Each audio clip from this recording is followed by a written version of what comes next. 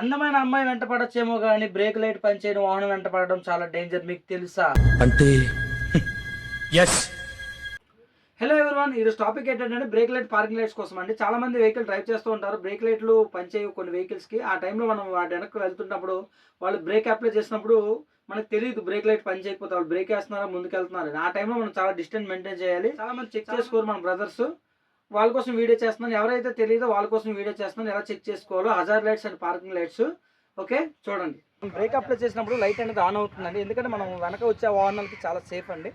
ఈ break light on అవ్వడం వల్ల మనం బ్రేక్ అప్లై చేసినప్పుడు వాళ్ళకి తెలుస్తుంది. అప్పుడు డిస్టెన్స్ మెయింటైన్ చేసి వాళ్ళు బ్రేక్ అప్లై చేస్తారు.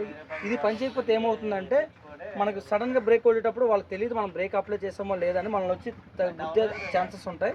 మీరు వాహనం ఎక్కేటప్పుడు ఒకసారి చెక్ చేసుకోండి. ఇండికేటర్స్ మన వాహనం ఎక్కే ముందు ఇండికేటర్స్ పనిచేస్తున్నా లేదో ఒకసారి చెక్ చేసుకుని మనం ఎక్కాలండి. ఎందుకంటే లెఫ్ట్ అండ్ రైట్ సిగ్నల్ వేస్తుంటాం.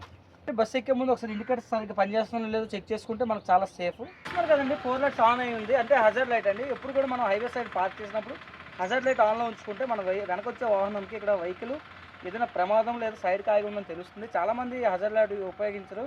ఎందుకంటే దాన్ని ఉపయోగించడం వల్ల చాలా లాభాలండి. ఎందుకంటే నైట్ టైం జర్నీ చేసినప్పుడు ఎక్కడైనా ఏదైనా బ్రేక్ అయిన ఛాన్సెస్ లేకపోతే ఎక్కడైనా ఆపుతాం ఎమర్జెన్సీ టైంలో ఈ లైట్ ఆన్లో ఉంటే మనకు చాలా సేఫ్ సైడ్. ఓకే.